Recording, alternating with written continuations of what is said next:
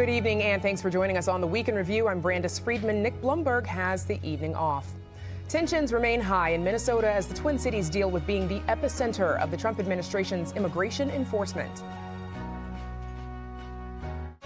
This individual who came with weapons and ammunition to stop a law enforcement operation of federal law enforcement officers committed an act of domestic terrorism. That's the facts. Calls for Department of Homeland Security Secretary Kristi Noem to be impeached in the wake of the fatal shooting of ICU nurse Alex Pretti in Minneapolis. Meanwhile, congressional efforts to reform DHS threaten a partial government shutdown. We must enforce our local law so that we can maintain the trust that we have built between law enforcement and immigrant communities throughout Chicago. Two city council committees approve a measure to give the Civilian Office of Police Accountability authority to investigate Chicago police officers who violate the Welcoming City Ordinance. You deserve a congressperson who shares your fight, who shows up alongside you in the streets. 25th Ward Alderman Byron Sigcho-Lopez announces his bid for Congress, vying for outgoing Congressman Chuy Garcia's seat. Stakes are too high, eggs are high. Snappy helps me able to ease the pain and get those things that I need. Hundreds of thousands of Illinois residents could be impacted by changing work requirements coming to SNAP benefits. Plus, the Cook County Chief Judge makes changes to the electronic monitoring system. A former executive for Loretto Hospital is in custody after being charged in an embezzlement scheme. And Indiana lawmakers move ahead with a bill to help the Chicago Bears secure a stadium in Northwest Indiana. And now to our Week in Review panel. Joining us are Simone Alicea from CityCast Chicago, WVON's Rufus Williams, Bingwei Wong from the Illinois Answers Project, and Monica Eng with Axios. Welcome back, everybody. Thank you for joining us. Let's get right to it. So, sad news for residents in the city of Harvey, south suburb. Their mayor, they confirmed, Christopher Clark, has died. Simone, what do we know about this? A lot of questions. Yeah, mostly questions. Not a lot that we know just yet about what exactly happened. As I understand, there were some meetings that were canceled in January, so I think we're just sort of awaiting to get more details on what exactly happened. And I know that there's going to be a meeting to select a pro tem mayor for now. Yeah, and that's happening. That meeting is happening on Monday. So, of course, we'll be interested to know what their plans are. And, of course, condolences to the city of Harvey. Okay, so all week we know that the killing of the ICU nurse Alex Pretti at the hands of federal immigration officers in Minneapolis been dominating the news cycle this week. His death is another example that Democrats are holding up in Senate budget negotiations to call for the reining in of immigration tactics, potentially leading to a partial government shutdown. Rufus, Trump has signaled that he wants to, ease the tensions in Minneapolis and sort of bring the temperature down. Do you think that's going to happen? I think it's hard for him to be hotter. There's been so much going on in Minneapolis with Mrs. Good's killing, with the killing of Alex Pretti, with Bovino and Kristi Noem sharing information that was inconsistent with what anyone saw. And so you can't do anything but bring that temperature down. Sitting in Tom Homan, when Tom Homan is the answer, you got a real big problem. And so we hear him come on and say he's going to reduce the troops there, but also you hear Trump saying he's not. So how this thing works out is going to be, it's going to be a wait and see. It's just a real hotbed in Minneapolis right now. Pretti's death, it seemed to unite people from both sides of the aisle. Simone, what is it about this incident that we think has caused more of a stir with some of the elected officials than the previous deaths? Because we've mentioned, of course, Renee Nicole Good, and even happening here in Franklin Park, the death of Silverio Villegas Gonzalez. I think there's a couple things going on. One, I just think it's the cumulative, right? This is not the first one, right? Now we're several in at this point. And so I think that's obviously a big part of it. I think in Minneapolis, what we saw too is, I think we all remember Operation Midway Blitz here in Chicago and just how aggressive that was, and seeing the sort of operations and these agents that were out in neighborhoods and the tear gas. We all remember that. And then you see what's happening in Minneapolis, and it's just that much more aggressive. The reports of agents going door to door, of schools that are going to remote learning or canceling classes, right? Like the fact that it could get even more aggressive, I think, is proving to be kind of a tipping point. Yeah, sort of. exactly, to some degree. And the idea that we had a few hundred here in a city the size of Chicago, but they have 3,000 troops there in small Minneapolis is it's just astounding, and I think it speaks to maybe the punitive nature of this. And the Minneapolis Police Department can't match that. I think they've got 600 members, something far smaller than 3,000 federal agents. Well, let's be clear, the police in Minnesota and Minneapolis aren't saints either. We think about George Floyd, we think about Amir Locke, we think about all the things and the protests that have been happening there. This little place that we saw as the land of lakes has really been a hotbed for a whole lot else. And how that gets turned down in any way. I mean, it's just the center of so much. Yes. Going on. And many reporters pointed out that Renee Nicole Good was killed mere blocks from George Floyd. That's right. Yeah, and I just want to add also that the video component, that you can see what's happening, that there are multiple angles, and people can sort of put themselves there, I think adds to the way that people almost feel like they were there, Yes. And I think it's worth saying, it's worth saying that the people who were killed in Minneapolis were white protesters who were citizens. And I mean, that's not to say that that somehow their deaths are more tragic or something like that. But I do think if you're a politician and you see that, like, there is something that raises this well beyond sort of reasonable doubt or a shadow of a doubt that this goes beyond the course of normal law enforcement. You know what I mean? Like, it is people who are out protesting.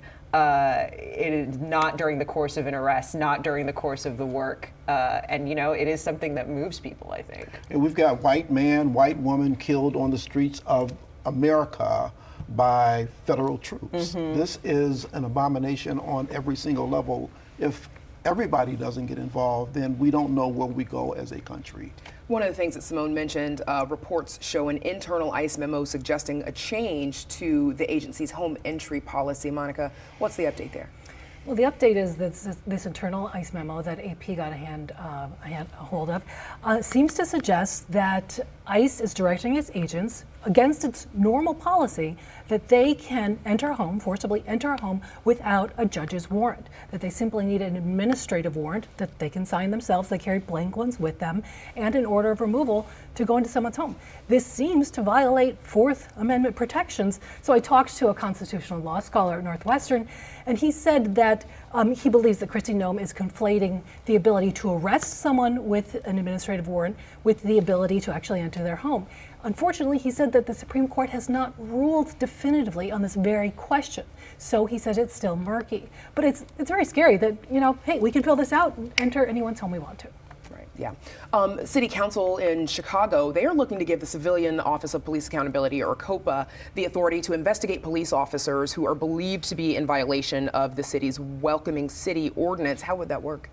Well, people would make a complaint, say, here's where we believe they have violated that welcoming ordinance. But the big question, and I've talked to Larry Snelling about the superintendent, what are they allowed to do? He says his officers are there to keep the peace in Chicago, to make sure protesters and people on the other side are not hurt. So is that aiding and abetting DHS officers? I mean, it's a very murky line. Right, because they do have a job to do. Go ahead. Right. Can they do crowd control? Can they divert traffic? Is that aiding and abetting DHS? These questions, I think, are going to have to be solved by COPA.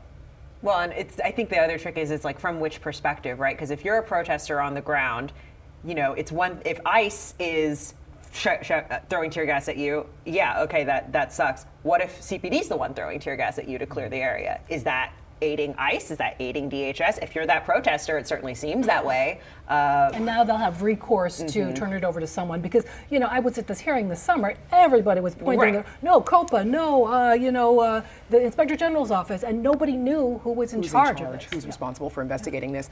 Bingwei, you've done some reporting on ICE in rural communities and downstate. What can you tell us? What have you found? My coworker who covers South Illinois. And, she and I were talking today, and there's been so much attention because there's a lot of news coming out of big cities. But, she had followed this person who was arrested outside of Spanish-speaking traffic court in Southern Illinois. And, she and I were talking about how, in these smaller communities, there are not as many people with cameras out. There might not be as many reporters, but they, too, are facing some of the same realities that people in Chicago had faced and still face, and people in Minneapolis are going through. They're getting the same heat, which is, I mean, in a city like ours, Minneapolis, we're probably not thinking that it's happening in those smaller communities, those rural communities, quite the same way. And the governor has also created the Illinois Accountability Commission to create records of public input from wherever they might be from residents during these immigration enforcement efforts. Simone, what's the latest with this commission? Yeah, so the governor asked this commission to consider a probe into top Trump administration officials associated with immigration. So that's DHS Secretary Kristi Noem, Greg Bovino's on that list, the Border Patrol Commander, Tom Homan's on that list, and several more, basically saying come up with a method of documenting and investigating and then holding accountable what they have done here in Illinois and how they have harmed Illinoisans. How would they hold them accountable? Nobody knows. Nobody knows. It's anybody's guess. Mayor Brandon Johnson just this week said, I'm going to come out with an executive order that's going to hold Greg Bovino accountable. And I was just listening to a podcast where his chief of staff was asked, and she's like, well, it might have something to do with Eileen O'Neill Burke's state's attorney's office, but nobody's really saying exactly how this would work. It's floating around like, oh, are we going to prosecute? But what would we prosecute them for? And who's going to take that on? And will the feds take those cases from the state prosecutors? Right.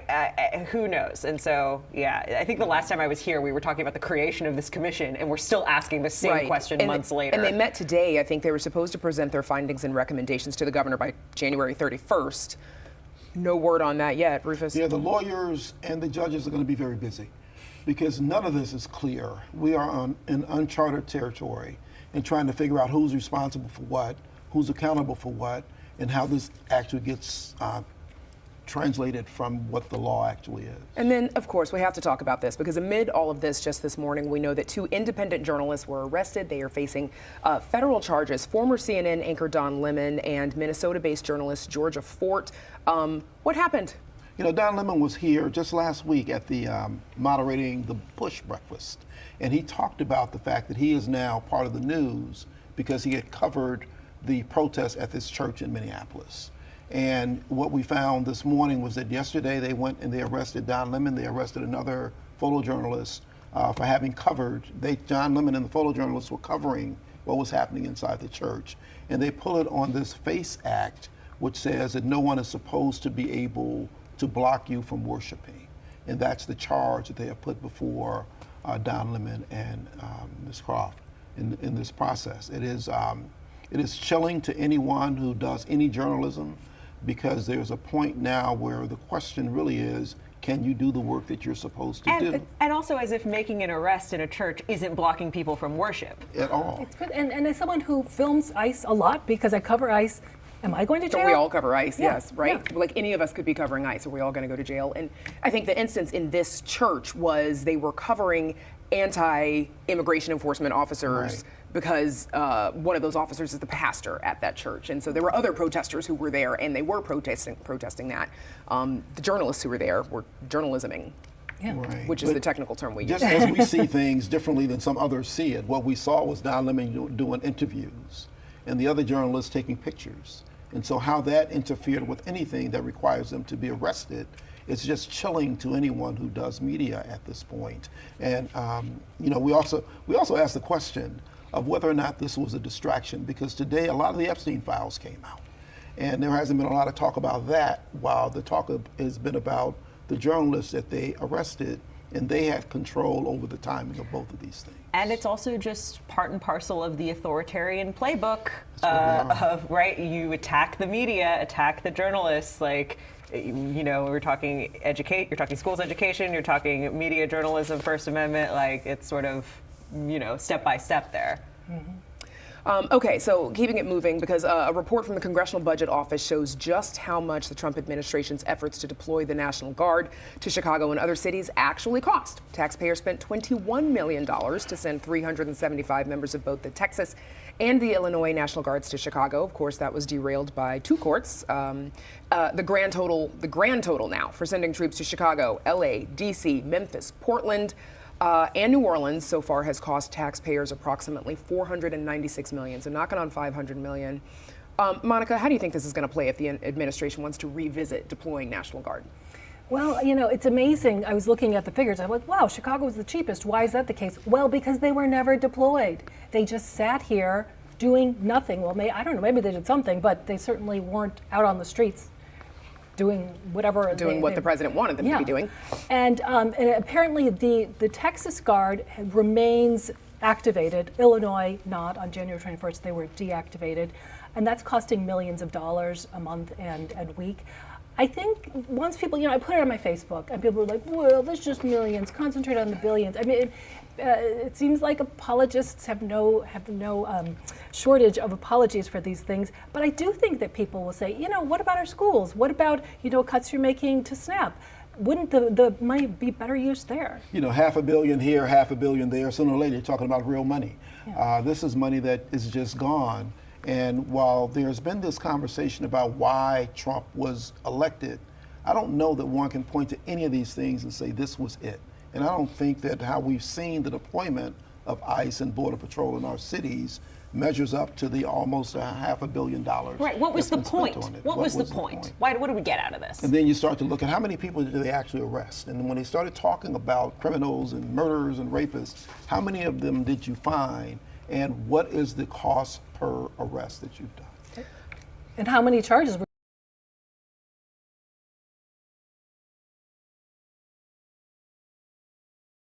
Congressman Jesús Chuy García. Rufus, who's running?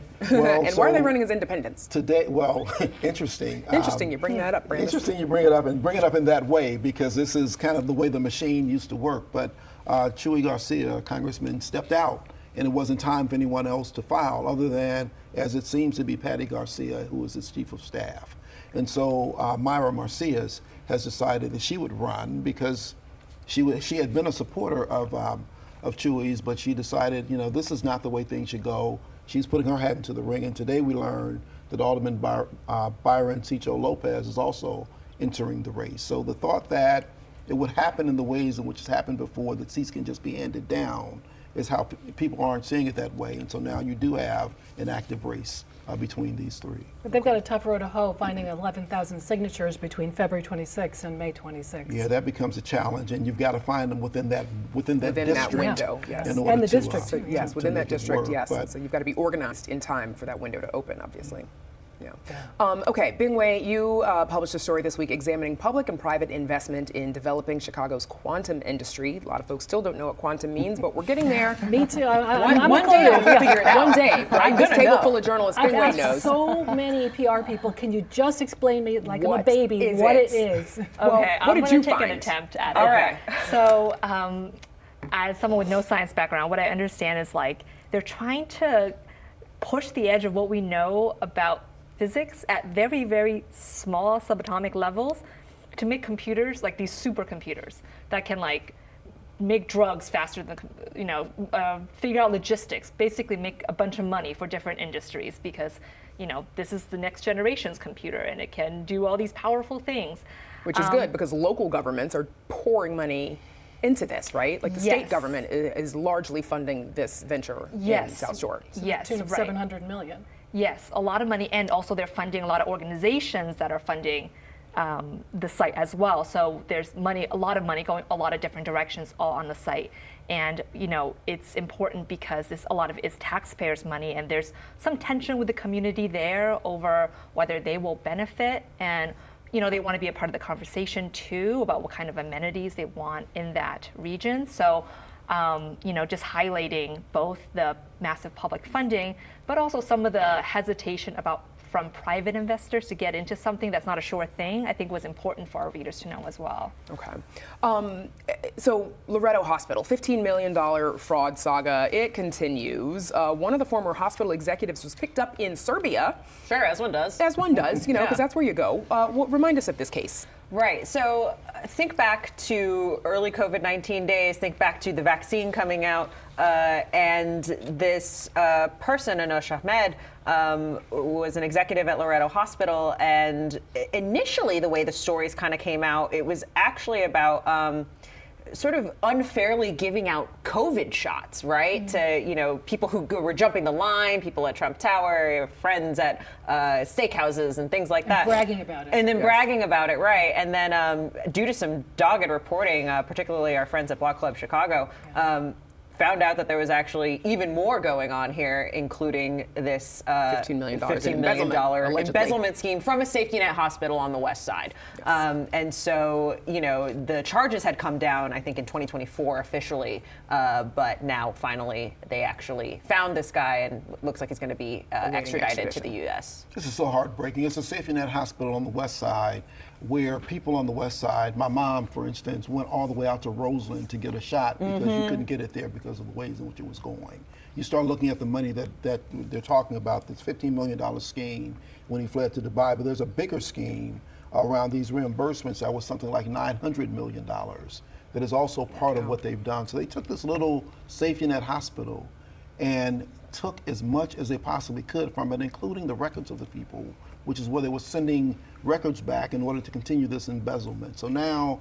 And around a life-saving vaccine in the middle of a pandemic. Yes, a once-in-a-generation pandemic. Okay, so changes are coming to the Supplemental Nutrition Assistance Program starting this Sunday. Recipients will need to start meeting work requirements, and hundreds of thousands of Illinois residents could be at risk of losing these benefits. Bingwei, what kind of impact could this have? Yeah, we at our publication did this massive project called Making It in Chicago, and the gist of it is people are not making it in Chicago. We looked at housing, healthcare, childcare, education costs, and a lot of subsidy programs are just so limited compared to the massive need because the jobs are just not supporting the cost of living. You can work a lot, you could find gig work on top of your job and still be sort of on a hamster wheel. So this is the context in which it's getting even harder to get food, which in recent years I feel like has become another item that's a basic thing that people can't afford anymore, It's gotten so expensive. Yeah. This could affect 340,000 Illinoisans. They've got to prove that they've either worked or volunteered 80 hours a week. And, this could cost the state millions more just in compliance to check that these people are doing what the new rules say. And if they don't, you will lose your benefits. Right? And for like a few years. For several years. That's you the get thing. 3 months of benefits. You get limited for 3 years. And there's probably a reason, if you're not working or volunteering, there's probably a reason for that, not because I don't want to. Some people just can't fill out the paperwork, or they forget to fill out the paperwork. Okay, couple minutes left. It's that time of the year again, right? 'Tis the season of Dibs, Monica. Your reporting found that neighbors on the west and the southwest sides, they filed more removal requests. Yeah. Why do we think that is? 14th Ward, Archer Heights, Englewood, West Lawn, Belmont Cragen, and Humboldt Park, Austin. They filed the most. I talked to Ray Lopez, whose 15th Ward was number 2. He said, "Oh, I wish we were number 1." He said, "I love calling in and getting rid of those chairs, those baby cribs, those strollers, and nativity scenes out there." Lawn furniture. He said, "We have a real parking problem in our neighborhood, and we can't have people acting like they own these spots." And so I was surprised. I thought that my neighborhood might have had one, but actually Lakeview was one of the lowest for Dibs ratting out people. If you have ever spent hours digging out. I see a pro Dibs. I know. I was like, oh, we've got some pro If you've ever Dibsers. spent that time digging out, you don't want to come back and have somebody in that space. I get it. It's just against the law. In front of your house. It's against the law. I'm just saying. It's just a little bit I have a illegal. garage. I mean, it's not me, but I've been there. And I Real know quick, what that's Rufus, like. the Bears playing in Indiana, the Senate approved a bill that would help the team play in Northwest Indiana. This has become really something now. It was first Chicago and then the different Arlington suburbs Heights, around, yes. and now it's a whole different state. Kevin Warren and Ryan Poles they're making some moves there and really getting people's attention. We'll see how this plays out. But Indiana, and you would expect that they would make a strong move because there's been nothing in Gary for a very long time. And they're making the moves that you would expect them to make to try to bring it there. Literally playing the field. Do you see what I did there? All right. I'm a genius. All right, we're out of time. Thanks to our guests, Simone Alicea and Rufus Williams, as well as Bingwei Wong and Monica Ng. We are back to wrap things up right after this. Chicago Tonight is made possible in part by the Alexandra and John Nichols family. The Polk Brothers Foundation. Additional support is provided by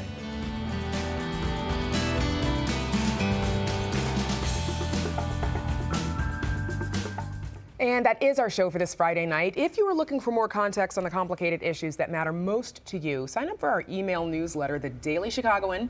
You can do that at WTTW.com/newsletter. Now for the Week in Review, I'm Brandis Friedman. Thank you for watching. Stay healthy, stay safe, and stay informed. Have a great weekend. Okay, so Restaurant Week, yes or no? There's some deals. I love some are Restaurant not Week. quite Yes. big deals. I have a baby, so Okay, I so can't go. this is yeah, I haven't been in years, so.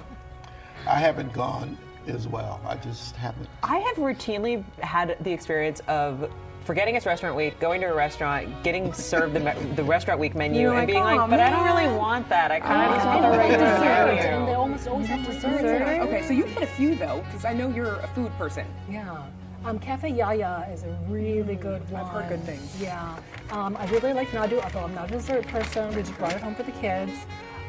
But there are a lot of great deals out there. I mean, a lot of places, like the places that won Indian, Feld, Bracero, that just won big on Banche Awards. I really want to go check That those out. Bracero, that's a deal actually, I think, their Restaurant Week. I think they Can you Well, get for in? some of them, they are a deal, right? Like, you know, if you go to Boca's Restaurant Week, although I think someone made the point, it might have been on WBEZ, that, you know, this is their Restaurant Week menu, guys. They have made it affordable at this price point, so don't show up expecting that you're going to get, like...